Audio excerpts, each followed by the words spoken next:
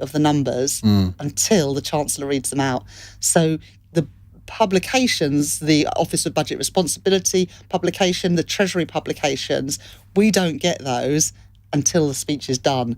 So we are flying blind, really. So you'll be sitting there while Keir Starmer's doing the response to the budget. You're sitting on the bench behind him, presumably flicking through all the papers and then slipping him notes. Yeah, well, during we have, I don't think I'm going to give away any state secrets here, but we have a WhatsApp group between Keir, myself, Pat McFadden, who's the Shadow Chief Secretary, and some of our staff who are back in the office, and they're listening to the Chancellor and saying, OK, he said this, he said that, delete paragraph, this, page 7, irrelevant, take it out.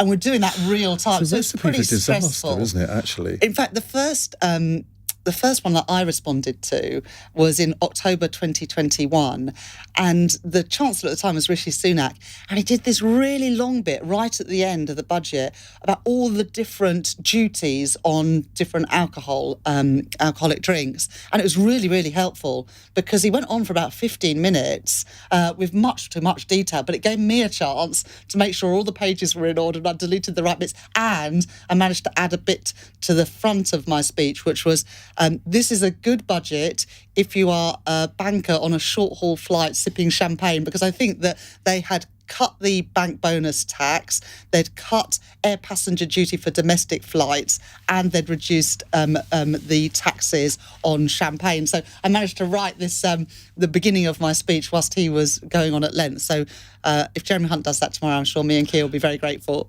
Right, I could ask you a lot of questions about your policy on all taxes, public spending, but I'm going to let our listeners do it. So let's go straight to Christina, who is in Stockport. Christina, hello, what would you like to ask? Hi there. So my husband and I are both teachers who have to rely on full-time childcare. Our salaries have been pretty static while the cost of childcare have massively escalated. What will you do to help us do more than just get by? Thank you very much for your question, Christina. And, like you, I'm a working mum. My children are both at primary school now, but it is really hard to balance a full-time job whilst also bringing up young children. And, I felt that especially in the earliest years of my children's life, because at the moment the free hours don't kick in until your child is 3, unless you're on one of the lowest incomes. And even when they're at school, and you'll know this, Christina, the time before the school day starts and after 3:15 or 3:30 when the school day finishes is really tough. It's why our Shadow Education spokesperson, Bridget Phillipson, has been speaking a lot about childcare and how the system is broken and we need to fix it. Now, there were rumours today that the Chancellor is going to do something in the budget tomorrow. Now, they're just rumours at the moment, but I can assure you, if there is a serious package tomorrow from the Chancellor, we will support it because we know the system is broken and we know it is a massive barrier for parents to go back to work. The number of parents, especially mums, who have said to me, it doesn't even make sense for me to go to work because every penny that I'm earning after tax is going to someone else to look after my children. And it shouldn't be like that. So in an ideal world, and if you were Chancellor tomorrow, what would you be announcing? Well, look, I've said that we have to account for every penny, and we don't know what the public finances look like because, as I said earlier, we haven't seen the numbers. But we would like a much more comprehensive package to help both preschool, and we have said on breakfast clubs, for example, there should be breakfast clubs at all primary schools to help parents, particularly mums, at the beginning of the school day to get to work, for 9 o'clock, which is not possible if you're dropping the kids off at 10 to 9 or 9. So, look, we want the government to do more. It looks like, and I hope, that there's going to be a package tomorrow. And if there is, and if it's a serious package that's going to make a difference to working parents, we'll back it. Now, some parents with 2-year-olds can get, I think, up to 15 hours of free childcare, depending on their circumstances. On your incomes, yeah. Would you be looking to widen the scope of childcare, maybe to more 2-year-olds and even 1-year-olds? Or would you be looking at increasing the amount of money that people can effectively have to subsidise childcare? So I've said until we see the numbers of what the public finances look like, we're not going to make a load of unfunded using that spending argument, commitments. You could be sitting here the day before the election is called and say, well, we don't know what the numbers are. Well, no, that's not true, because ahead of the election, we will have the most recent publication for the Office for Budget Responsibility. That will be published tomorrow. But at the moment, we're flying blind. We don't know what predictions they're making for economic growth, for tax revenues. But I would like to see, and Bridget Phillipson has spoken about how a lack of childcare is a big barrier for parents taking work, taking additional hours, getting a promotion at work. And also, you hear from a lot of teachers, I don't know what age kids you're teaching, Christina, and your husband, but I hear from a lot of teachers that many kids are not starting school with the skills that they need to succeed at school. And in other countries, particularly the Scandinavian countries, kids are school ready because that they've had that early years support. It's why Labour, in the last Labour government, created children's centres and Sure Start to give every kid a great start in life and to help working parents. Christina, I want you to come back on this, because I'm not sure you've got an answer there beyond saying, well, we'll have to look at the books when we see them. Yeah, so it's interesting to hear the suggestions for certainly for children under the age of 3, which is something that I've previously talked about, as there is a gap between when you finish maternity leave and the age of 3, when you do get some funded hours, although you still have to subsidise those. But I still feel like maybe perhaps on the teacher side of things, so obviously we're both teachers. I teach 11 to 18, my husband's 11 to 16. What are your views on teacher salaries? Oh, 2 for the price of 1 here. Yeah.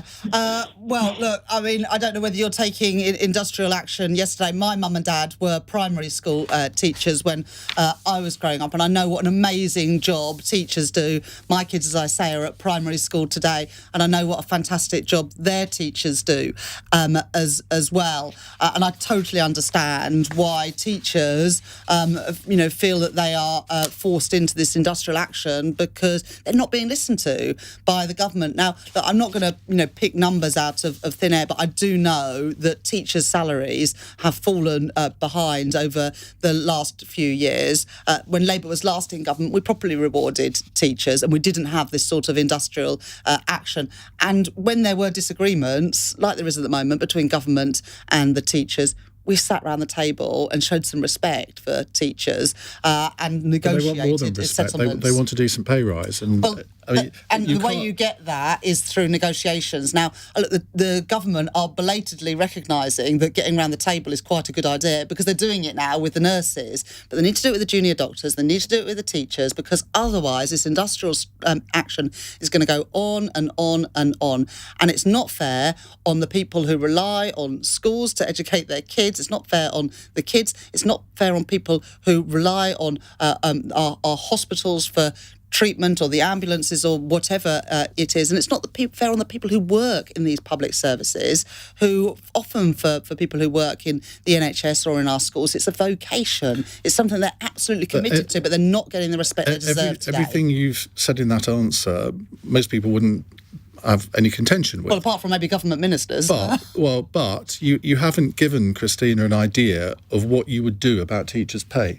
Well, Iain, come on, you know that I cannot pluck numbers out of thin air. That would not be the responsible thing to do. It's not what I would do as Chancellor, but what I would be doing is saying to our Education Secretary, saying to our Health Secretary, you've got to get round and get a negotiated solution. And that means give and take on both sides. But it means, as Chancellor, you would have to come up with the dosh to give the teachers a solution that they thought was equitable. Yeah, and part of that is about growing the economy. You look at the economy over the last 13 years, living standards have gone backwards. The average person is earning less now than they were when the Conservatives came into government 13 years ago. Our schools, our hospitals, our transport, none of it's working better. I mean, you'd be hard-pressed to say anything that works better in Britain today than it did when the Tories came to power 13 years ago. You've got to have an economy that's growing, like the last Labour government did, to have money for public services in the way that the last Labour government invested both in our schools and in our hospitals, including wages for teachers. You're sounding a little bit bit like Liz Truss, if I may say so,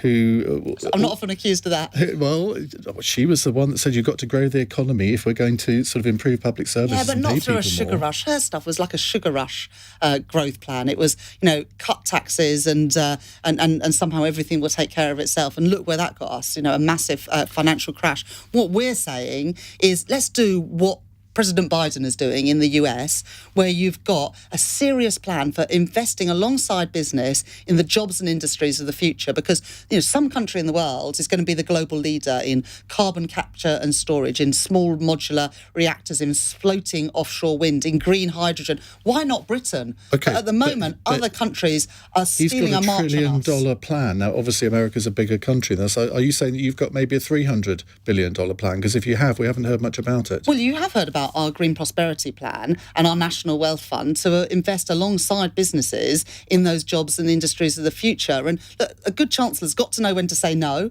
but they also must know when to make prudent investments to get a long-term return for taxpayers. Word there. Prudent. Well, it was. It's a good word, because a Chancellor's got to be prudent, but you've also got to have a plan for growing the economy, because you're not going to have the money for public services when you've got growth flatlining, and that's what we've had for the last decade or Christina, so. thank you for your two questions. We're going to come to Alice in Brighton in just a moment, but first let's take a break. It's 7:16 here on LBC. This is LBC.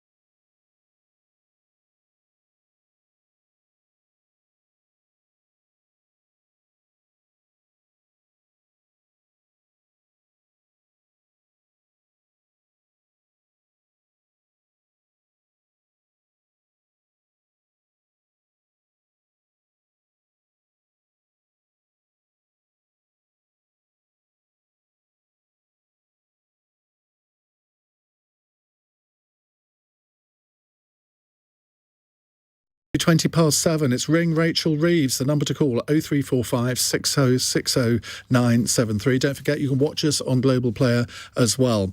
Let's go to Alice in Brighton. Hello, Alice. Hi there. Hi, Hello. what would you like to ask? Hi, Rachel. So I'm Alice. I'm a striking junior doctor, and I want to know, do you support junior doctor strikes, and would you meet the demands proposed by the BMA? which is for a 36% pay rise. Look, we would talk and negotiate with you. I'm not going to, commit to numbers. The nurses asked for 19%, but they said that they were willing to negotiate and they were willing to look at different numbers. I know, Alice, that there's a number of reasons that you're taking industrial action, including the fact that so many doctors that I know and talk to feel absolutely exhausted and demoralised. There's a lot of people leaving the profession, either going to do something totally different or to go and work abroad where there's more money and fewer hours. So I understand why you're doing what you're doing. We've said, Labour have said, the cavalry is coming. We're going to train up the doctors and the nurses and the midwives and the health visitors that our NHS desperately needs. And we would do that by getting rid of the non-dom tax status, because if you make Britain your home, you should pay your taxes here. And we would use that money to invest it where it's needed in our NHS and in our childcare system. But as I understand it, you haven't committed to any extra NHS spending apart from that, and that would be, well, you tell me how much that would raise. Well, it's just over £3 billion a year to have one of the biggest ever expansions of the NHS workforce in its history. And it's an example of the different priorities that a Labour government and a Conservative government but as I'm sure Alice would confirm, there are many other challenges in the NHS, falling down ceilings in some hospitals, for example. It will need much more than £3 billion invested in the workforce, welcome though that might be. And of course, if you did accede to a 36% pay rise, which I'm sure you wouldn't, I know you're probably not going to say you, well, are you going to say that you wouldn't? I think banding around numbers. If we were in government, we'd be round the table. We wouldn't be going out on the airwaves saying one number or another. We'd be getting around the table and having the negotiations. But no responsible government could give in to a 36% pay demand, could they? I mean, let's face it. Well, look, I mean, even the nurses were only asking for 19%, and they were, well, it's a lot lower than 36, and they said that they were willing to negotiate if the Secretary of State would just get round the table. Would you at least commit to Alice and to all other junior doctors listening that over a period of the first term of a Labour government, you would restore earnings back to where they were back in 2010? Because that's their complaint. 26% of the 36% is to restore wages back to where they were in 2010, and the extra 10% is to take account of inflation over the last year. Now, I know you can't commit to saying, well, we would do that in the first year, but surely as a general principle, you could agree to committing to restoring, maybe for teachers as well, their pay levels by the end of the first The only way we can do those things is if we grow the economy. And it's why we set out the missions of an incoming Labour government a couple of weeks ago. And the number one mission was to have the highest sustained growth in the G7 with good jobs and productivity in all parts of the country. And that is so important because it is only through that economic growth that you can lift living standards and have the money for public services. If you do achieve that, then can you commit to Alice that you would then restore doctors' pay to where it was? Well, that would be a spending commitment. And I say to all my colleagues, you cannot make spending commitments unless you can tell me where the money's going to come from. But look, the last Labour government did exactly that. Yeah, but that was a long time ago. You can't just say, oh, because the last Labour government did it, we will do it too. Well, look, the last Labour government inherited public services that were on their knees, whether that was the NHS or our schools. It's why I got involved in politics in the first place, because my secondary school was falling down in the 1990s. Our library was turned into a classroom. There were never enough textbooks to go around. And I felt very strongly the government didn't care enough about schools and communities like mine. We turned things around then, and we will do so again. Alice, are you satisfied with that answer? I think, there's definitely some points there that I definitely agree with. For example, I really appreciate that Labour say that they will negotiate. I think Steve Barclay's been completely absent while the BMA have tried to propose negotiations with the Conservatives. So I really appreciate that Labour would at least talk to us and negotiate. I think number two, I agree with Labour that we need more positions, but I think a huge thing that we need is retention of the junior doctors that we've got. We're overworked, burnt out. 62% of junior doctors are saying they're suffering from depression, anxiety and burnout because of the job, and 40% are leaving as soon as they get another job abroad. So I think it's not just about making the positions, but I think it's about the retaining the doctors that the NHS has trained up for years. And I totally get that, Alice. And I think, on behalf of everybody, we hugely appreciate what doctors, nurses and everyone in the NHS does. And we would get round the table and negotiate with you to try and sort this mess out. So the Thank only you. commitment we've had you so far, both on teachers and indeed on this, is that you'll get round the table to negotiate. That's not going to get people out of bed on a wet Thursday morning to vote Labour, is it? What Alice just said, she said she welcomed the fact that we would negotiate. It's a lot different from what Steve Barclay said. And she said she welcomed the fact that we were going to get rid of the non-dom tax status to invest in more doctors and nurses. Those are her words. Okay. Right. And, it shows the different priorities of government. But, if I came in here and I said, yes, we are going to do 36% for teachers. Yes, we are going to have childcare They're not actually asking for 36%, but for doctors. And I said all those things. You would rightly say, well, how are you going to pay for that? Yeah, and unless you can answer those questions, you can't make those commitments because they are not genuine. Let's see if Sam in Manchester wants you to make a spending commitment. Hello, Sam. Hi, Rachel. Hello, given Sam. that Keir Starmer has dropped nearly all of his leadership pledges, what would Labour do in terms of reforming and increasing the welfare state to reduce poverty? Well, what would you like to see them do, Sam? Ideally, I would like to see the welfare state reformed. So with the universal credit standard rate, you get different amounts depending on your age. I think it would be better if we had a set amount regardless of age. I think that would significantly help people because the standard rates at the moment are far too low. I know people who are on universal credit who are really struggling, and I would really like to know what Labour would do to help these people. Okay. Yeah. Well, thanks very much, Sam, for phoning in. Let me tell you a couple of things that Labour would do. If it was my budget tomorrow, if I was Chancellor now, I would be addressing the cost of living crisis, which is affecting everybody, but most of all those on the lowest incomes, whether they are in work or on out-of-work benefits. And one way that we would do that would be to extend the energy price freeze rather than allowing prices to go up to £3,000 on average. And we would fund that by extending the windfall tax on the big energy giants who are making huge profits.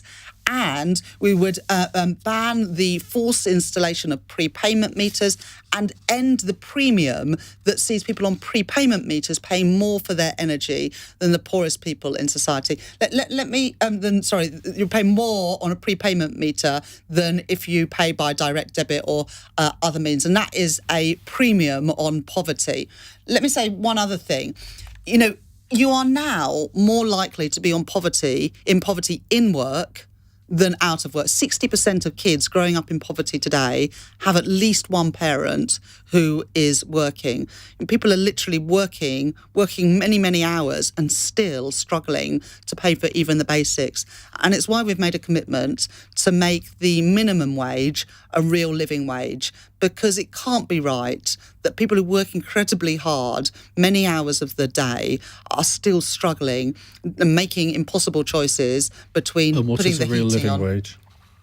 Well, the real living wage is calculated by the Living Wage Foundation. They update that every year. It's about £11 an hour at the moment, so substantially higher than the current level of the minimum wage, and that would help It's not that much more, is it? I mean, the current minimum wage is what, £9.50? Right, so if you work 8 hours a day, that's 8 hours, £8 extra a day. If you work 40 hours I think we have week, different that's definitions £40. of the word substantial. Well, Iain, if you're taking home less than £10 an hour and someone's offering you, a 10% pay increase, But a lot of people in your own party would like you. to see that the minimum wage go up to £15 an hour. I mean, that was an argument in the last election campaign, wasn't it? Well, a real living wage is the wage that is calculated by the Living Wage Foundation that you can afford to live out of poverty. Now, of course, our aspirations are much higher. It's why our Green Prosperity Plan is about creating good jobs in all parts of the country. But at the moment, the minimum wage is one of the proudest achievements of the last Labour government. But the truth is that people on the minimum wage still really struggle to get by, especially with what's happened to food prices, with energy bills, with rents. I was talking to a family recently, a mum and dad with a 2-year-old. Between them, they do 5 jobs. They live in a private rented house. Both of them did well at school. They went to university. And they said, we've done everything that we were told to do. And here we are in private rented accommodation, working 5 jobs between us. We never spend time as a family because either I'm working or my partner is working. That is no way to live. And yet that is the lived reality of far too many people. So, those small things like paying people a real living wage can make a massive difference. And I think it's something like 14% of women in this country earn less than a real living wage, 9% of men. But, this is a huge number of people who every day are coming home and making impossible decisions. There's a food bank in my constituency in Leeds West, and one of my friends volunteers there. And she said in September they had a big increase of people coming through the door. And she said to a few people, why is it so high at the moment? She said, as Mum said, because it's the time of the year when you have to buy a school uniform. And I can't afford the school uniform and also to put the food on the table every day a week. I mean, it is heartbreaking that those Simple sorts of answer decisions... that abolish school uniforms, but that's a hobby horse of mine. I don't. Sorry, I disagree with that because, school uniforms are often a lot cheaper, but also... Are they? Yeah, well, our school, where my kids go, and the schools in the constituency, the schools work really hard to keep those prices down. But also, I remember when I was at primary school and we didn't have school uniform, and you could tell whose mums and dads were in work and who weren't by the sorts of clothes that people were wearing. And the great thing about school uniform is it is a leveller.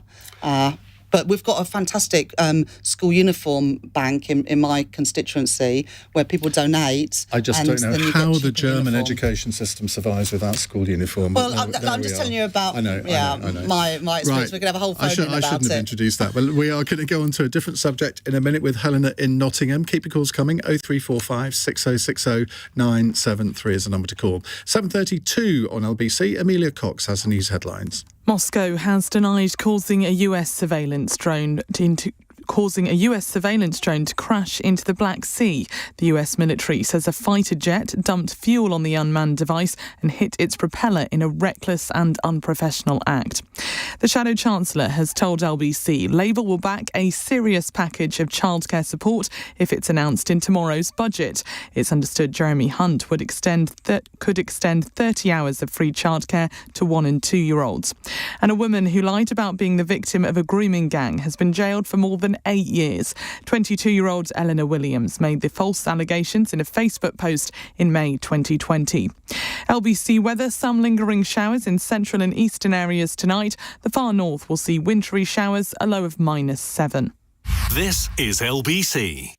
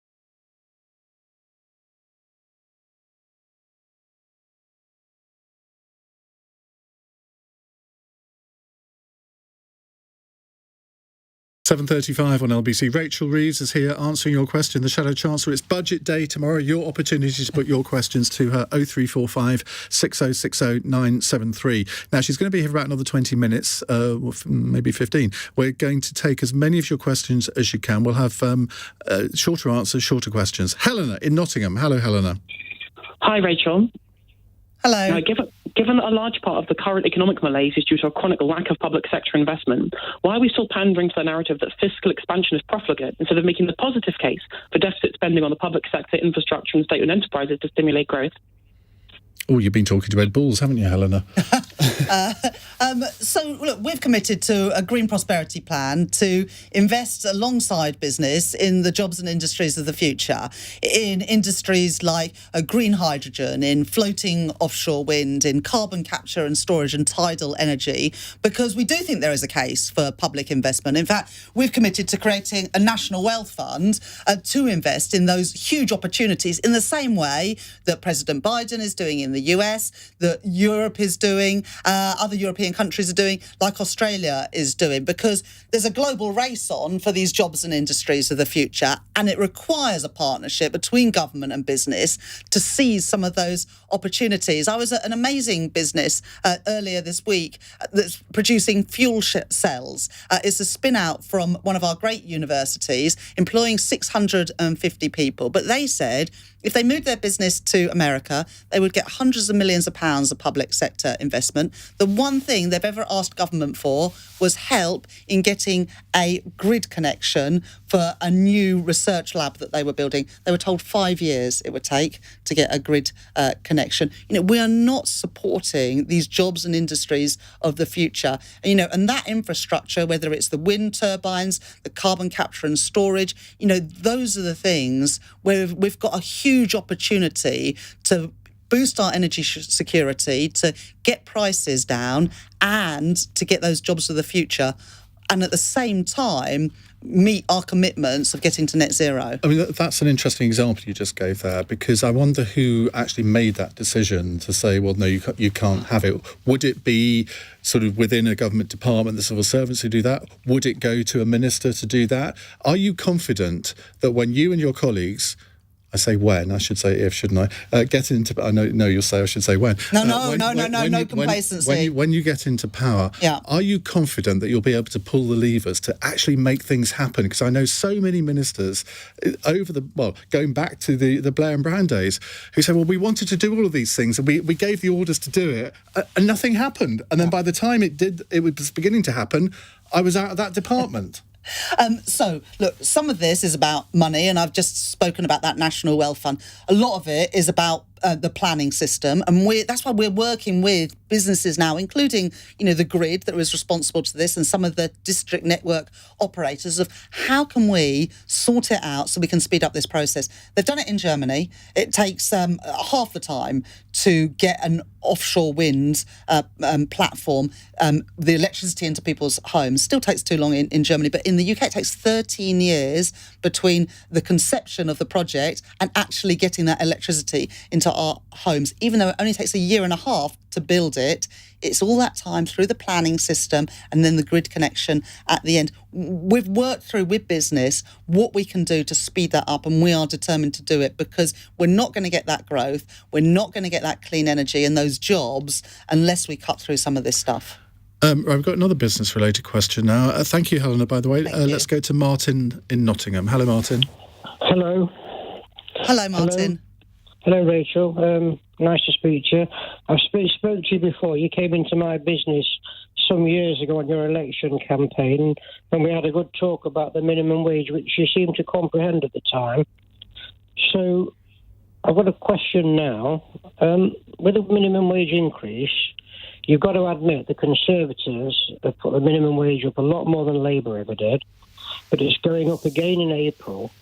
How does Labour propose to grow the economy when you're going to want to be paying people £15 an hour, essentially less apprentices taken on in the service sector? It means that the poorer people you talk about, their haircut's going to cost them a third more. Their coffee is. They won't be able to go out anywhere. What's your feeling on all that?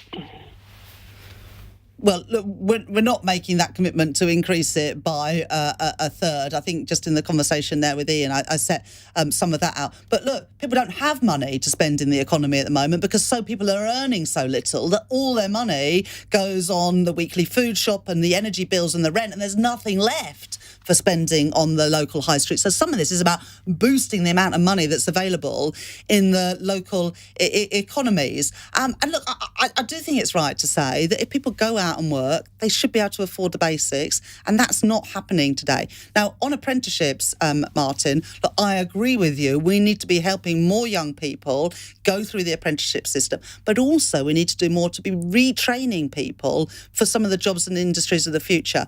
That's why we want to reform the apprenticeship levy to make it more flexible for businesses, particularly small businesses, to take on apprentices, but also to use that money flexibly to retrain somebody. So, for example, if you're working on ordinary gas today and the future might be hydrogen, how can we train up that engineer, that fitter in the industries that we're going to be moving towards, so that we can treat people with respect so that they can get those jobs in the future. So we want to reform how the apprenticeship system works. But look, we do want to ensure that people earn decent wages. And there's still, as I said before, 14% of women, 9% of men are working, but they're not taking home a wage that they can afford to live on. And look, when the last Labour government introduced the minimum wage, some people said at the time it's going to result in higher unemployment, businesses are going to fold. That didn't happen. We had record increases in employment, and also we lifted 1 million kids out of poverty. And I'm really proud of that record, but the minimum wage has got to keep pace, and that's why we want to turn it into a real living wage. Would you accept, though, that, as Martin said, under the Conservatives, it's gone up from £6 an hour to nearly £10 an hour? That's quite a substantial rise in that period. Well, of course, we welcome increases in the minimum wage. I mean, part of the reason it's gone up recently is because inflation is so staggeringly high. So it's only just about keeping pace with the rising cost of living. But of course, we welcome that. But remember, until 1998, 1999, there was no minimum wage. You can get away with paying whatever you liked, whatever you could get away with, and that wasn't right. A couple of quick points on business taxes. The Chancellor says he's sticking by the plans to raise corporation tax from 19% to 25%, which I would have thought, if you wanted to grow the economy, that was not a particularly brilliant idea. But I think you're going to support the government on that. Yeah, well, remember that was what was due to happen. And then Liz Truss and Kwasi Kwarteng came in and said, no, actually, we're not going to do that. And that was one of the things that sent financial markets into a tailspin, because the question was, well, how on earth are you going to pay for that? And the answer was, well, we don't really know. We're just on a wing and a prayer. So look, everything has to be fully costed and fully funded. But I think there's a really strong case for better supporting investment. So I said in a speech last week to the manufacturing trade body that if there is money available to support businesses, it should be with investment allowances. Because the way we grow the economy is if businesses invest and then create those jobs. And so instead of an across-the-board cut in corporation tax, any money available we would like to use. Well, it wasn't going to be a cut, was it? Because, corporation tax is 19%. So this is actually quite a dramatic Yes, but what increase. I'm saying, if there's any money available, instead of cuts to that headline corporation tax from 25% downwards, I would rather use that money to incentivise businesses to invest. Would you accept, though, if corporation tax rises above 25%, that would act as a real disincentive? We've already had AstraZeneca saying that they're going to build their new plant in the Republic of Ireland because their corporation tax, I think, is 15%. If it goes over 25%, there would be a real disincentive. So would you commit to corporation tax not rising under a Labour government beyond 25%? So what we've committed to is keeping corporation tax competitive. Now, at 25% is still the lowest in the G7, so lower than America, Germany, France, Italy, Canada and Japan. But here's the thing, even though we've had corporation tax much lower, we've had the lowest investment in the G7.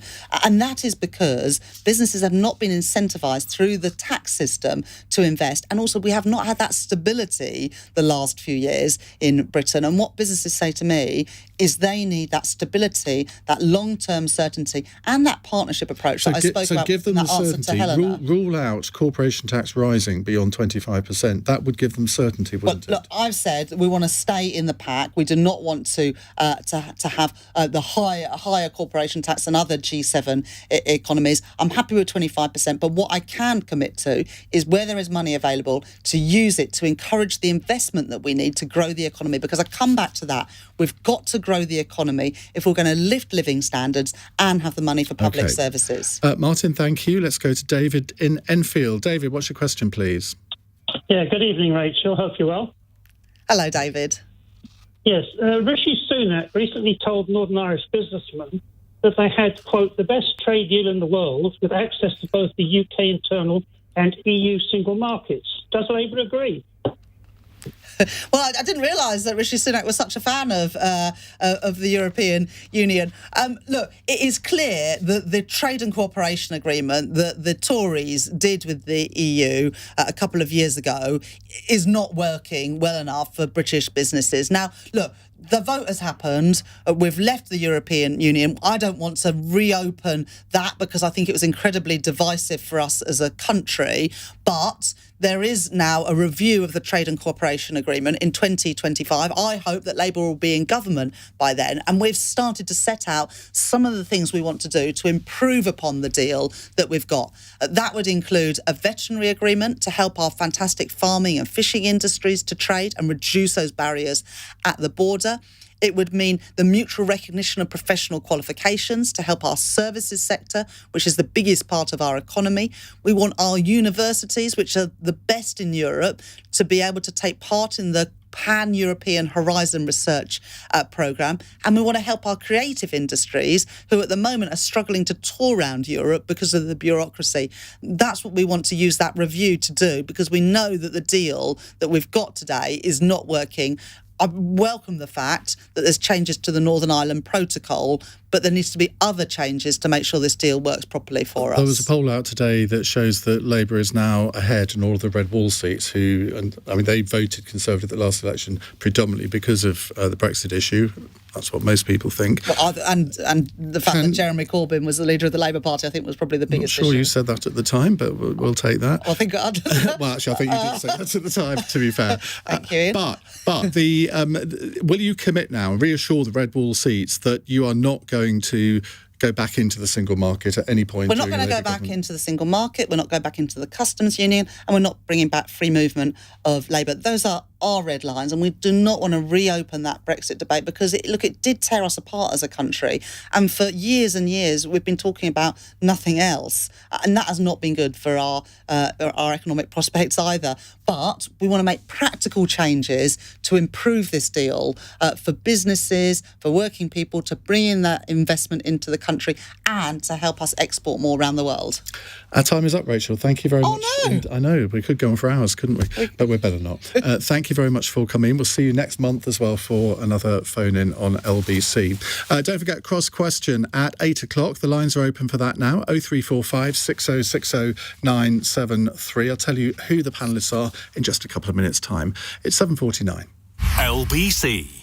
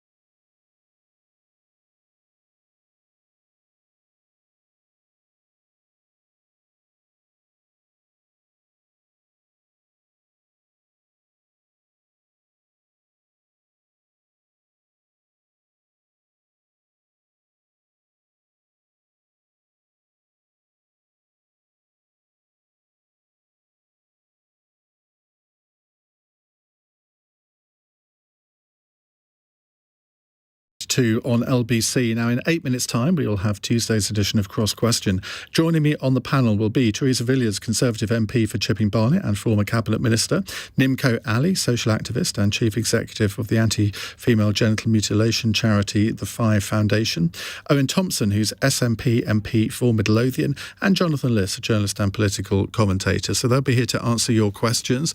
Now, you might want to ask about some of the issues raised in Ring Rachel Reeves over the last hour. Maybe the budget tomorrow, which is expected to hand a big cash boost to retirees. A man has been banned from all football stadia in England for sending online racial abuse to a player. A culture minister says public support for the BBC licence fee is declining. Labour says a leaked document shows the new delay to the HS2 rail project will actually increase costs. So lots to get your teeth into there on Cross Question. The number to call 0345 6060 973. You'll be able to watch on Global Player as well as usual. You can text your question to 84850 or say, Alexa, send a comment to LBC. Now, before we come to tonight's Cross Question, let's hear a little of the latest episode of my newest podcast, The Irish Taoiseach. And in this episode, I'm joined by the brilliant journalist and broadcaster David McCulloch to discuss the life of the longest-serving Irish leader, Eamon de Valera. And de Valera played a key role in one of the most famous events in Irish history, the armed uprising against British rule in the middle of the First World War, better known as the 1916 Easter Rising. He was commander of the garrison in Boldon's Bakery, and he was loath to delegate anything. So he was not sleeping. He was rushing around the place, making sure that everything was being done correctly to his own specifications.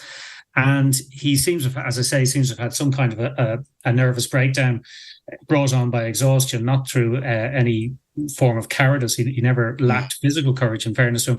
His junior officers, who even those of them who remained on the same side as him during the Civil War, one of them said, he didn't give any order that wasn't completely logical and clear up until Thursday of Easter week, which certainly implies that by Thursday, the reverse was the case. So he did seem to crack under the pressure, but eventually he was persuaded by his junior officers to take some rest, and that seems to have restored him. The actual garrison that he commanded, an outpost on Mount Street Bridge, inflicted heavy casualties on British soldiers coming in from Dunleary into the centre of town. But the actual main garrison in Boldon's Bakery had relatively little to do during the course of the week and was well set up to continue holding out. But on the Sunday morning, Pearse's surrender order came, and despite the objections of some of his men, de Valera surrendered the garrison to the British. Now, he was one of the few leaders of the Easter Rising not to be executed. How did he escape execution? Through sheer good luck, as it turns out. When the garrison at Boldon's Bakery surrendered, they were marched out, and instead of turning right to go to Richmond Barracks, where courts martial were being held, they were taken to the left to the RDS, where they waited for a couple of days before transfer to Richmond Barracks. So by the time de Valera arrived at Richmond Barracks, there was a big queue ahead of him of people to be court-martialed. So he was eventually court-martialed and he was sentenced to death. By the time he was sentenced to death, the executions had begun, and the public backlash to the executions had also begun. And Asquith and the Cabinet in London got cold feet about the number of people who were being executed and ordered that the sentences be commuted to life imprisonment instead. So de Valera survived through sheer luck. There was a persistent theory that it was because he was American born and the British didn't want to upset the Americans at that stage. They hadn't entered the First World War yet. But actually, it was just due to timing. Another battalion commandant who was sentenced to death on the same day as him also had his sentence commuted, and he had nothing to do with America. So it's timing rather than where he was born. So he was sentenced to life imprisonment. Along with other prisoners, he was transported to Britain, taken to Dartmoor, marched in through the gates. The gates closed behind him, and as far as he was concerned, that was it. That was the end of him. He didn't expect to see freedom again for a very long time, similar to Fenian prisoners who'd been imprisoned 20 or 30 years subsequently. People like Tom Clark, who survived to fight in the Easter Rising and be executed afterwards, but they had been locked up for decades, 10, 20, 25 years, and de Valera fully expected that the same would apply to him. But he wasn't in prison for very long, was he? I mean, he was in, I think, Maidstone and Lewis prison as well as Dartmoor, but he was released. Why? He was, because the British government were trying to, I suppose, appease Irish nationalist opinion. And these guys who had been sent, first of all, the people who'd been, a lot of the people who took part in the rising were taken to Wales, to a place called Frongach. And in turn there, they were released before Christmas of 1916.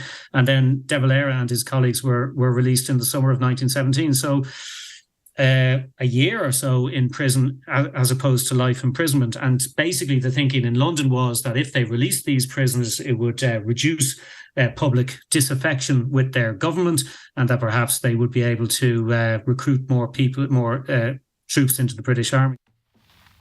And that's the Irish journalist and broadcaster David McCullough discussing the role of Eamon de Valera in the Easter Rising and how it was only good fortune that allowed